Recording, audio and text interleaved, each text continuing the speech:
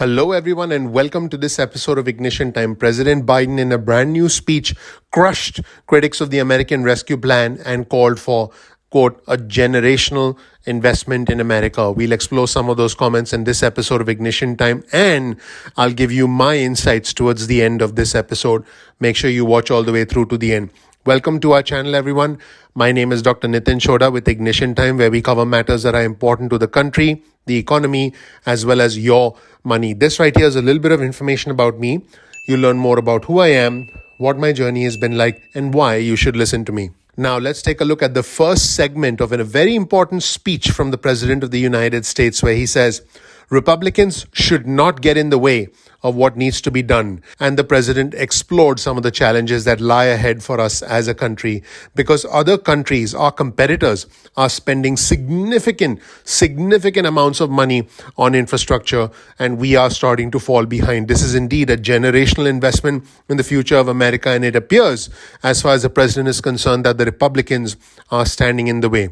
Many Republicans are essentially touting and taking advantage of, taking credit for the American Rescue Plan, even though not a single Republican in the Senate or in the House of Representatives voted for the American Rescue Plan. Let's take a look at the first segment where the president says Republicans should not get in the way of what needs to be done, and the president then continues to explore the challenges that lie ahead. Let's take a look. Some people have no shame, but I'm happy. I'm happy they know that it benefited their constituents. That's okay with me. But if you're going to try to take credit for what you've done, don't get in the way of what we still need to do. The bottom line is this. The Biden economic plan is working. We had record job creation. We're seeing record economic growth. We're creating a new paradigm, one that rewards work, the working people of this nation, not just those at the top. We did a study. 85% of my jobs plan, or 95% of my jobs plan, you don't need a bachelor's degree. 75%, you don't even need a degree that's a community college degree. It helps.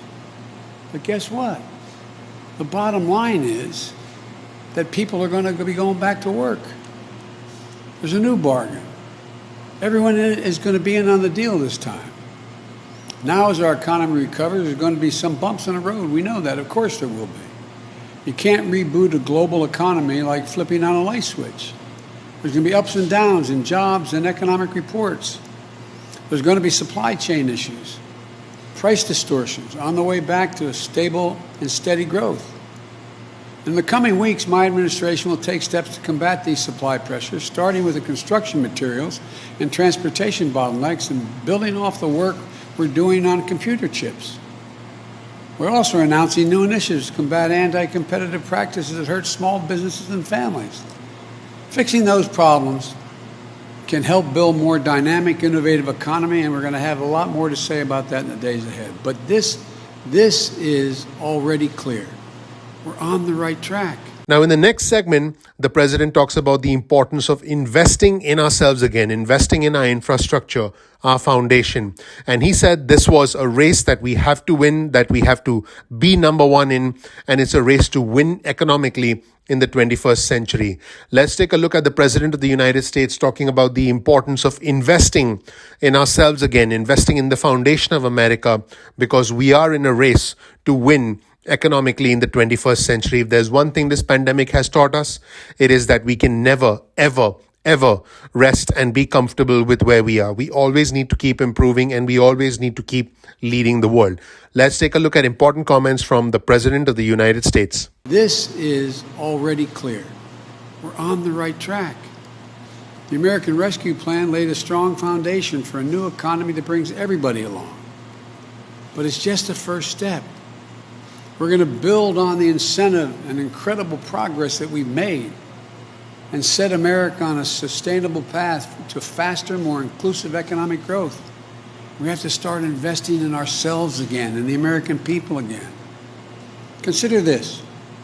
3 decades ago, the United States was number one, and some would argue number two in the world for R&D spending, research and development, as a share of our economy.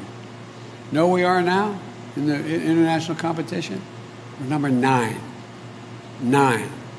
Meanwhile, China was number 8, and their overall spending on research and development 3 decades ago they're now number 2.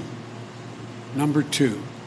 This past year, Japan, Canada, Italy, France, and the EU have announced significant infrastructure spending. China's announced that they're increasing their research and development spending dramatically. Japan is making huge investments in reducing carbon emissions and building out the digital capacity they have. The European Union as well.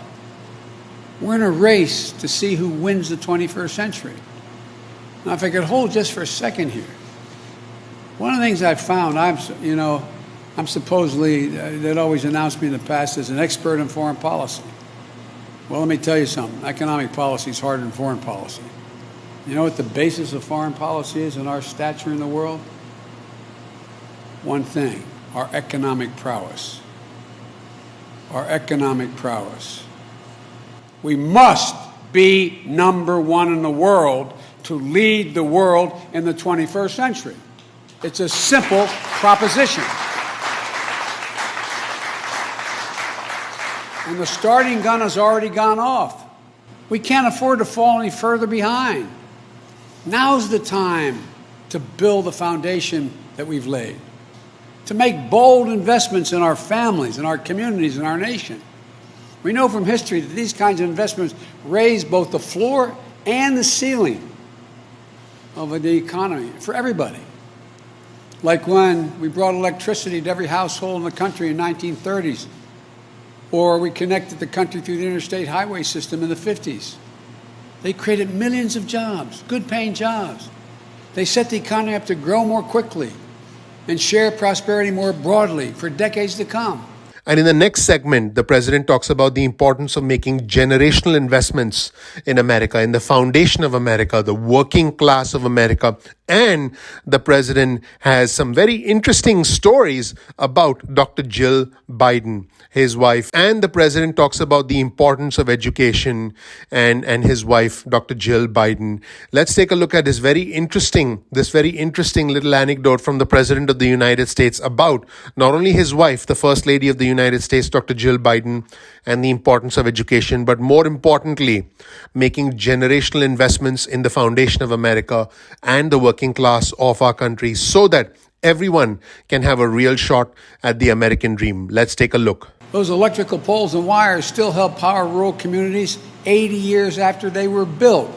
And it's time now to rebuild them. A quarter of all the miles of Americans travel on roads are an interstate highway system, built 60 years ago. 60 years after we built it. These are generational investments. Private sector does not make these kind of investments. We've neglected that kind of public investment for much too long. The pandemic exposed just how badly we need to invest in the foundation of this country and the working people of this country. That's why I proposed the American Jobs Plan and the Americans Family Plan, the generational investments we need today to succeed for tomorrow. You know, as my wife Jill, who's been a teacher for a long time, she used to be about 10 years younger than me. Now she's 30 years younger than me. And she is in every way, God love her.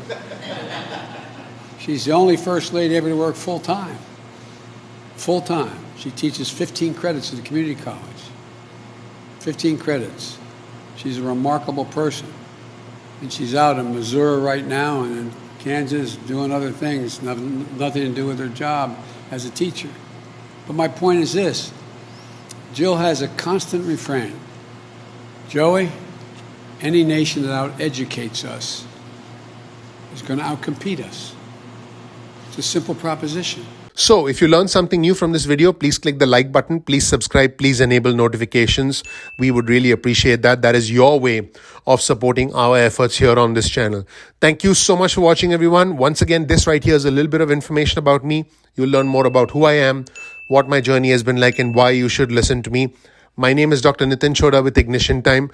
Make sure to follow me on Twitter. Here's my Twitter feed. You'll be able to follow me on Twitter at twitter.com/ignition_time. underscore time. That is our Twitter handle, ignition underscore time. You'll be able to keep up with all the news and all the breaking news alerts in real time. Thank you so much for watching, everyone. I appreciate you. And I'm looking forward to seeing you in the next episode of Ignition Time. Take care. Bye.